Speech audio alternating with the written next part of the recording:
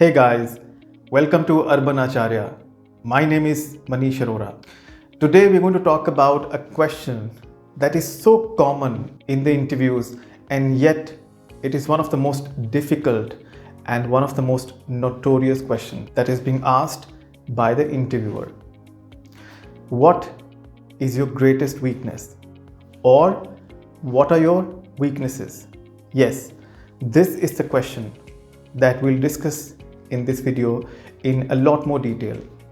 And we'll also do a post-mortem of what is the intent behind asking this question. What are the things about you that the interviewer is trying to gauge through this question? Stay tuned. Let me share my experience with all of you. Over 2 decades of conducting interviews, I have come across a variety of answers. For example, I don't have any weakness. I don't know. Well, I can't resist food. I'm a perfectionist. I tend to work too hard. I can't say no. I'm too soft.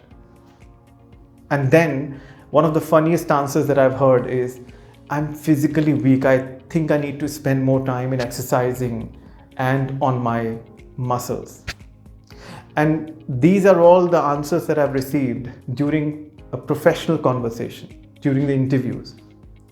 There are 2 observations that I have from all these answers. Number 1, they appear to be scripted answers, which means that they lack sincerity and honesty to a large extent.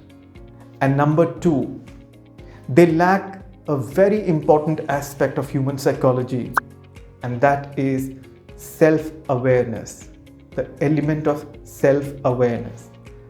And that's why when you resort to such answers, it doesn't fly. It doesn't hit the place where it is supposed to hit. Let us also talk about what is the intent of an interviewer to ask this question. Well, there are gauging 3 things. Number 1, are you honest in accepting that you have shortcomings, you have weaknesses?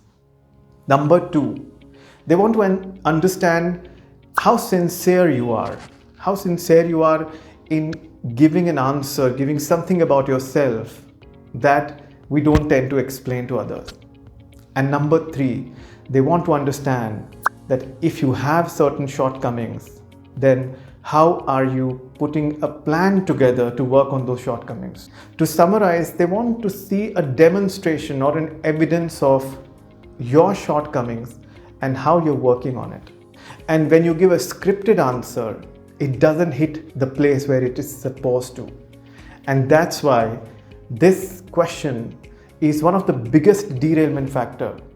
So please understand the virtues that are in play right now is your honesty, your sincerity, and your self-awareness that yes, you have certain shortcomings, but you're working on them. Now, I understand your problem, the question that you may have. What if we are brutally honest about our shortcomings? We may lose the job or our interview may go into an entirely different direction. And that's fair, I understand. What I'm trying to urge all of you is to find out a middle path between appearing to be fabricated and insincere and scripted and being brutally honest. You have to find out a middle path. And today I'm going to tell you a few examples that you can use to frame your answers. And these examples are: number 1, hesitation in delegation. Number 2, taking up too much of responsibilities. Number 3, fear of public speaking. Number 4, not really good in MS Office or presentation skills or Excel skills. And number 5 could be that you're unable to say no. You're too soft, right? So if you understand, if you closely observe these 3 or 4 examples, you will figure out that 2 clear observations that are coming out of it. Number 1 is these are not appearing to be fabricated answers. The hesitation of delegation is genuinely a problem in the corporate world. And let's take this point in a little more detail. So why do people hesitate in delegating the task? There are 2 reasons behind it. Number 1 is they believe that the time it will take to explain another person about the job, they can use the time to do the job themselves. So there is a hesitation of delegation. Number two is that when you start delegating your work, you will be perceived as someone who is not hands-on and you're delegating too much of a work to your juniors, right? So these are the genuine reasons why people hesitate to delegate. But this is a shortcoming, right? There has to be some mitigation around it, some action plan to work this out, right? So you understand this is not sounding very fabricated answer because it's a genuine answer.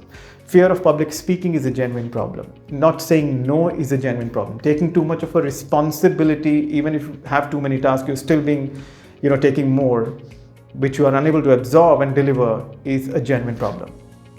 What I'm trying to get to here is, look at these examples and frame your answers. These examples can help you find out a middle path. So you can express that there are genuine shortcomings and at the same time you are aware of your shortcomings. And remember that the interviewer is less interested in your shortcomings, but they want to understand how you are working around your shortcomings.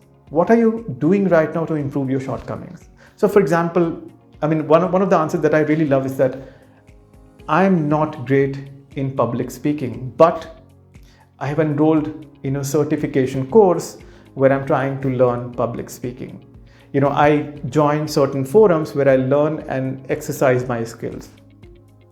I hope it is very clear to all of you what I'm trying to get to. So just to summarize before we close this video, when the interviewer is asking you about your weaknesses, about your shortcomings, be genuine. Don't sound fabricated. Don't sound scripted. And they want to understand less about your shortcomings, but more about what are you doing about your shortcomings? How are you working? You have to demonstrate what are you doing about that.